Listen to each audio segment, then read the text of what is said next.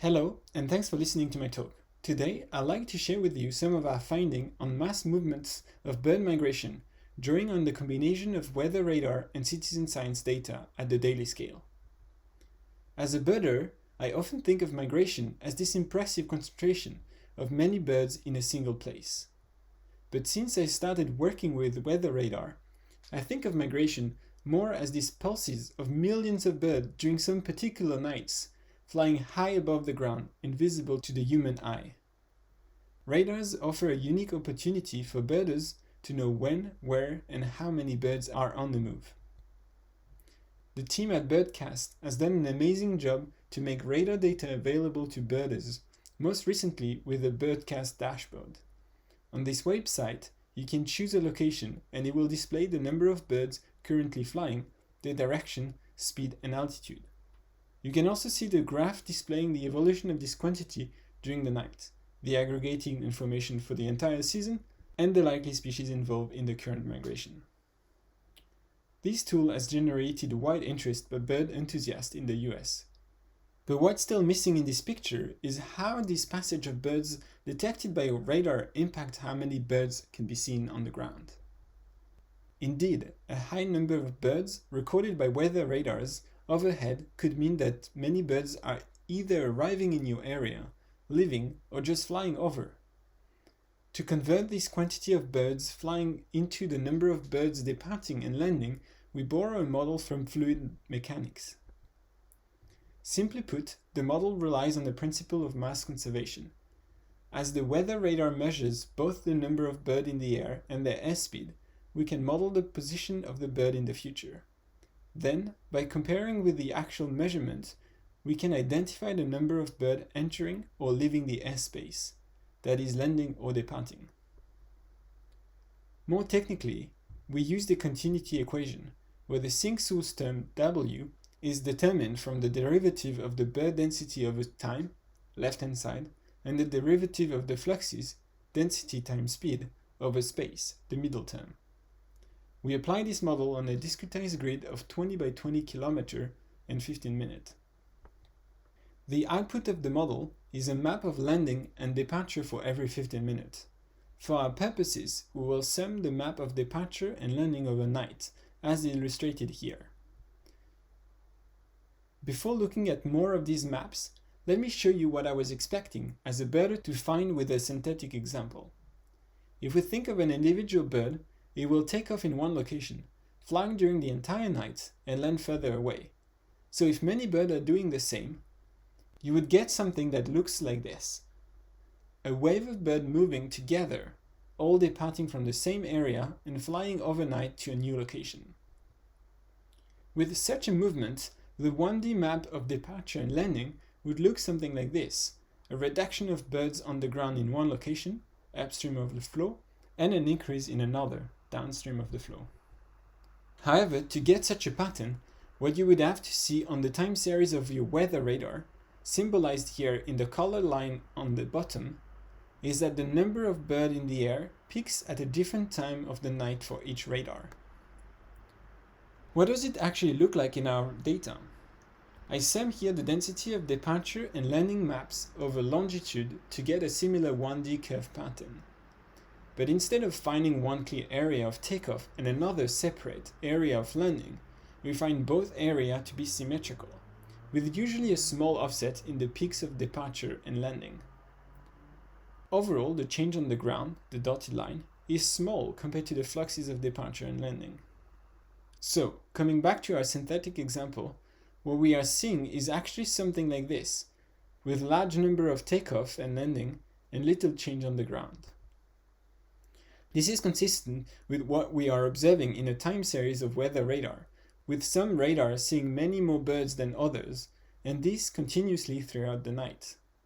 There might be more variation than shown here, but the point is that the variation overnight is smaller than the variation between radars. How did we reproduce this pattern in the simulation? Keeping the flight speed of birds the same as before, you need a departure area much wider than the intra-radar distance, and most importantly, a landing which is not based on a flight duration, but on a gradient over space. As such, simulating a cohort of many individual birds flying different duration. Coming back to a map, you can see how the departure and landing area are very similar for each night, so that the change on the ground is very small, with generally a small area of net decrease just before the peak migration and a net increase just after the peak migration. Now, let's take a look at the EBERT dataset, which provides an independent measure of the number of birds on the ground. So from what we've seen so far, we would expect the change in number of birds on the ground to be small and gradual throughout the season. In order to have sufficient checklists per location, and because the effective resolution of the map of landing and takeoff is around 100 km, we selected 10 cities spread across central and eastern USA, aggregating all checklists within a 75 km radius. I briefly present how we process the eBird data. The first step is a filtering at the checklist level. The second step is a filtering at the species level, selecting only species which are known to migrate during the night. We then sum the count of all the species per checklist. The third step is a correction for effort, where we normalize the sum of count for a checklist of 1 hour and 1 kilometer. We focus on spring migration, where detectability is easier, and start with the city of Ithaca, where the lab of ornithology is located. Each small gray dot represents a checklist, and the green line represents the daily average. You can see an increase in the average number of birds per checklist from around 30 individuals in mid-April to 40 to 50 in mid-May. We would like to compare this green line with the radar data. So coming back to the radar data, here is the bar chart of departure and landing computed for Ithaca, but this number can't be directly compared to the curve from the eBird data. Indeed, the bird seen on the ground is the accumulation of these arrival and departure fluxes over the season. So we computed the daily difference between arrival and departure and sum this difference each day to get the number of birds on the ground. We can add this curve on the second y-axis of the previous graph.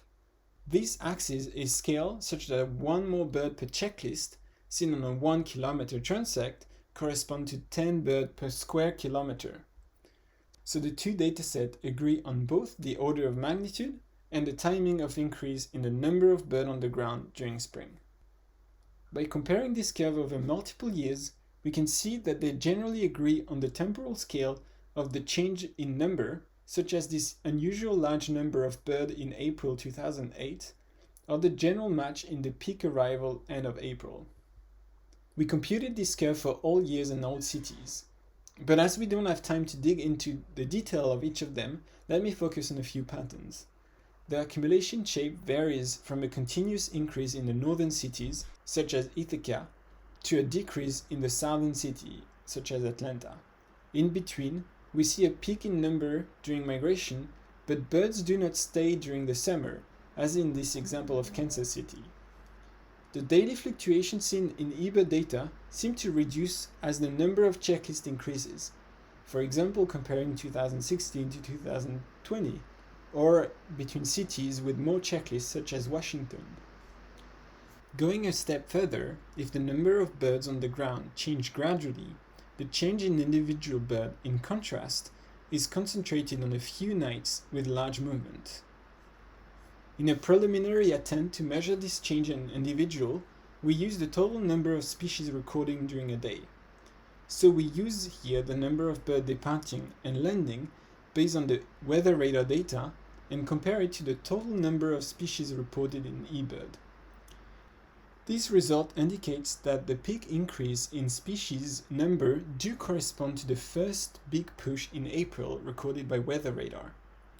From May, the large movement seemed to show fewer new species, but this can be due to a turnover in species or the same species arriving or leaving in larger number. What can these observations teach us? For birders, this result strengthens the usefulness of the birdcast forecast and live dashboard information, as the meaning for the large number of birds flying over an area indicates that a lot of new birds have likely arrived in the general area, 10 to 100 km, but equally likely a lot of birds have left.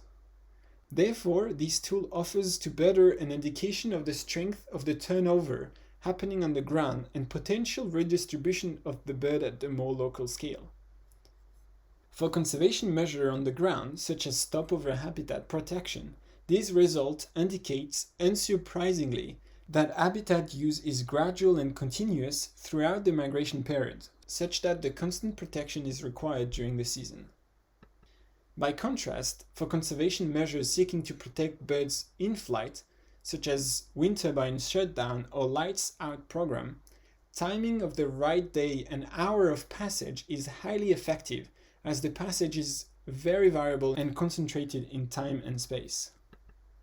Finally, for researchers, these preliminary analyses offer the first methodology combining weather radar and citizen science data on a large temporal and spatial scale.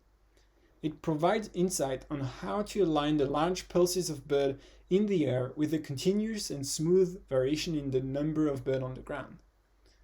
With radar data, we are limited in our analysis to a regional spatial scale, which does not allow to study habitat association, coastal effect, as well as change in the distribution of bird at a more local scale. In terms of the eBird data, we are also limited in the inherent detectability biases affecting the estimated number of birds and the species reported. Looking forward, we would like to include a more elaborate measure of migrant bird turnover on the ground using species composition. In addition, addressing the spatial scale limitation of the analysis could be done using intra-radar data. And with this, I would like to thank you for listening to my talk.